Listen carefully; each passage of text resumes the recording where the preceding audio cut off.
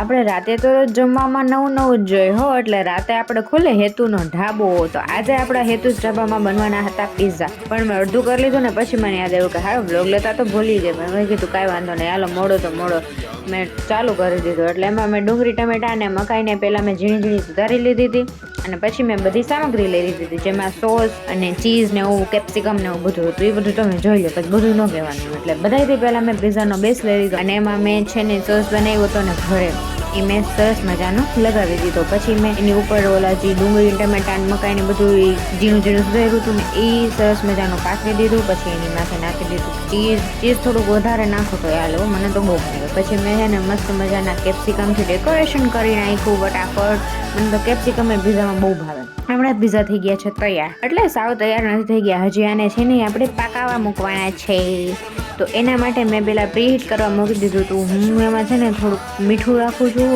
અને એની માથે મેં કાંઠો રાખી દીધો હતો ને એની માથે ડીશ રાખી દીધી હતી. હવે એની માથે પિઝા રાખી દેવાની. તો 5 થી 10 મિનિટની અંદર આપણા પિઝા થઈ જશે તૈયાર. અને તે પછી મેં 3-4 પિઝા બનાવી લીધા હતા, કારણ કે જમવામાં હું એકલી નથી, મમ્મી પણ હતા, અને મમ્મીને પણ ઘરે બનાવેલા પિઝા બહુ ભાવે છે. તો મસ્ત મજાના આપણા પિઝા થઈ ગયા હતા તૈયાર. અને હવે હું ચાખીને પણ કહી દઉં, અને મેં બનાવ્યું એમાં ઘટે નહીં. તમે લોકો પણ ટ્રાય કરજો. હારું, હાલો હવે આવજો.